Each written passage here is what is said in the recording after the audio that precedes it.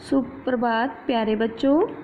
कक्षा तीसरी, विषय हिंदी बोध, पाठ 2 बुद्धिमान लड़का। बच्चों, ये एक बुद्धिमान लड़के की कहानी है। आओ इसको पढ़ते हैं, आप भी साथ पढ़ेंगे। एक नमक का व्यापारी ऊंट पर सामान लादकर व्यापार के लिए शहर की ओर निकला। चलते चलते थक जाने पर वह एक पेड़ के नीचे आराम करने बैठा और ऊंट को पेड़ से बांधकर सो गया। उठने के बाद जब उसकी आंख खुली तो उसने देखा ऊंट वहां से गायब है। व्यापारी परेशान होकर उसे इधर उधर ढूंढने लगा। कुछ दूरी पर उसे एक लड़का दिखाई दिया। उसने लड़के से पूछा, सुनो, क्या तुमने रास्ते में किसी ऊंट को देखा है? क्या हुआ बच्चे? व्यापारी ने लड़के से प्रश्न किया।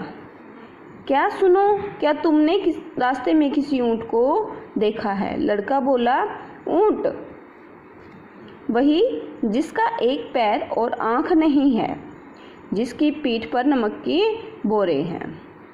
व्यापारी खुश होकर बोला, हाँ हाँ वही, कहाँ है वो जल्दी बताओ। उसने फिर प्रश्न किया कि हाँ हाँ वही, कहाँ है वो? क्या पूछा कि कहाँ है वो? कौन? ऊंट। जल्दी बताओ, मैं तुम्हें इनाम दूंगा। लड़का बोला, मुझे नहीं पता, मैंने नहीं देखा।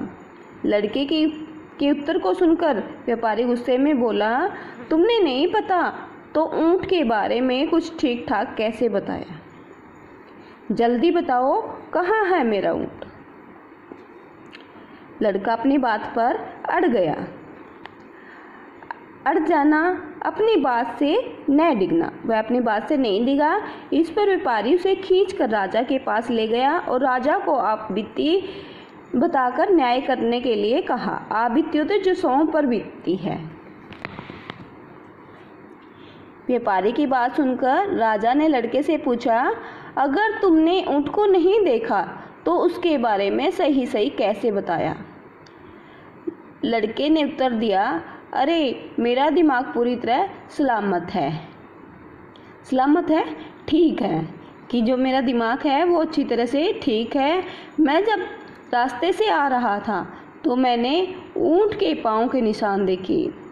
हर बार मुझे 3 ही निशान दिखे। चौथे पाँव का निशान बहुत हल्का था तो मैंने सोचा कि ऊंट एक पाँव से लंगड़ा होगा। इसके बाद जब मैंने ध्यान से देखा तो पाया कि रास्ते में केवल दाईं ओर घास की पत्तियां ही चरी हुई है, कि उसने एक तरफ से ही घास खाई हुई थी तथा बाईं ओर वैसी की वैसी है। एक तरफ वैसी की वैसी थी और एक तरफ से खाई हुई थी। तो मैंने सोचा कि ऊंट शायद बाईं आंख से काना होगा। रास्ते में जगह जगह नमक गिरा हुआ था। यही सब मैंने व्यापारी को बताया। मैंने ऊंट को नहीं देखा।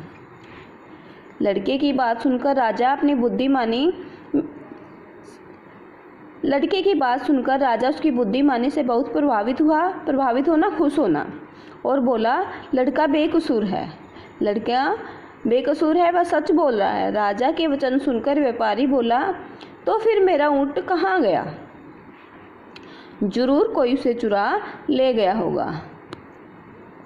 नहीं, आपका ऊंट वहीं आसपास होगा। थोड़ी दूरी पर घास का मैदान है, उसके पाँव के निशानों का पीछा करते करते आप उस तक पहुंच सकते हैं। किसने कही? लड़का बोला। क्या बोला लड़का? नहीं, आपका ऊंट वहीं आसपास होगा। थोड़ी दूरी पर ही घास का मैदान है, वहां आपको घास खाते हुए मिलेगा। आप उसके जो पाँव के निशान हैं उनका पीछा करते करते वहां तक पहुंच सकते हैं। राजा, लड़का और व्यापारी जब ऊंट के पाँव के निशानों का पीछा करते हुए मैदान तक पहुंचे तो उन्हें ऊंट घास चरता दिखाई दिया। अंत में व्यापारी ने खुश होकर लड़के को इनाम दिया। बच्चों, आपने इस लेसन को रीड करना है और इसके जो शब्दार्थ है वो फिर नोटबुक के अंदर राइट करने हैं। Okay students, thanks, have a nice.